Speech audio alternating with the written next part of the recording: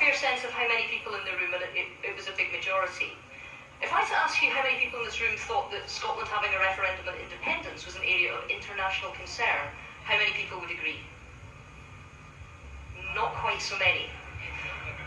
Well, I'm here to talk a little bit about why it is an area of international concern and why people in different parts of the world have started getting involved in the debate, but also to talk a little bit about what that means, not just for people in Scotland, but what it means for people in the rest of the UK too. She was the keynote speaker and we were having a discussion before, and she was raising her concern that one of the key allies of the US in terms of military and defence was having a big constitutional discussion that may have an impact on something like NATO, which is an umbrella organisation which defends different parts of the realm.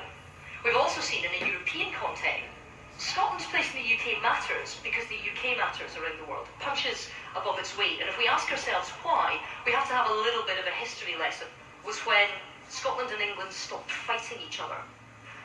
There was a rebellion in 1715, another in 1745, which ended in a pitched battle in 1746 at Culloden, which is the last pitched battle ever fought in these islands. That the UK was able to take on its competitors abroad, competitors like France. And it was only after that happened, it was only after the security question was sorted at home that the UK was able to take on its competitors abroad. The 7 Years' War around the Treaty of Paris, which gave control of India and America, that's when you saw the rise of empire. What's important about that is the legacy that it's learned, and it's right that the empire is gone, but one of the key things that it did was it changed the language of the world from French into English. Part of that had to do with the rise of America and the industrialisation post-1918, but it really did form the status of the UK in the world. It allowed places like Goodenough College to be built. It allowed London to be a world centre, and it allowed places like Glasgow, like Edinburgh, to be key destinations that people still come to today. So that's a brief history. If we go to, so for example, across the UK, we've had some very British celebrations in the last few years. The Royal Wedding, the Diamond Jubilee, the London Olympics.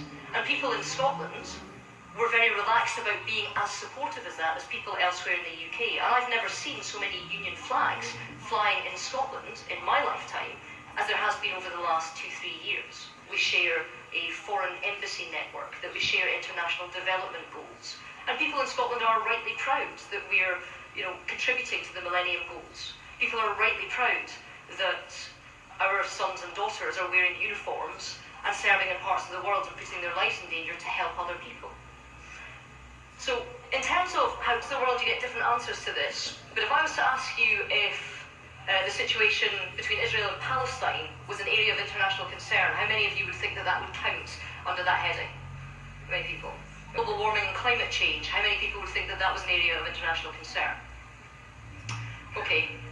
I didn't count, but I got a fair sense of how many people in the room, and it was a big majority. If I was to ask you how many people in this room thought that Scotland having a referendum on independence was an area of international concern, how many people would agree? Not quite so many. Well, I'm here to talk a little bit about why it is an area of international concern and why people in different parts of the world have started getting involved in the debate. State is perhaps different from other states around the world, and there have been 30 post-war that have become independent, because Scotland is already a nation that is part of a nation state, and what that means in terms of national identity. It's interesting to see the concern that's being raised elsewhere.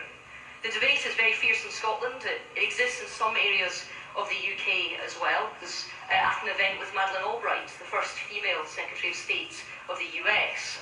She was the keynote speaker and we were having a discussion before. And she was raising her concern that one of the key allies of the US in terms of military and defence was having a big constitutional discussion that may have an impact on something like NATO, which is an umbrella organisation which defends different parts of the realm.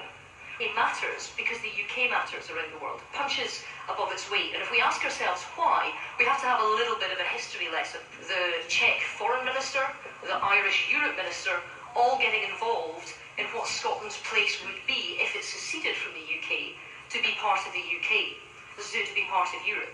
So we see that there are other people around the world that are looking at what we do here. Now, Scotland's place in the UK matters because the UK matters around the world. It punches above its weight. And if we ask ourselves why, we have to have a little bit of a history lesson.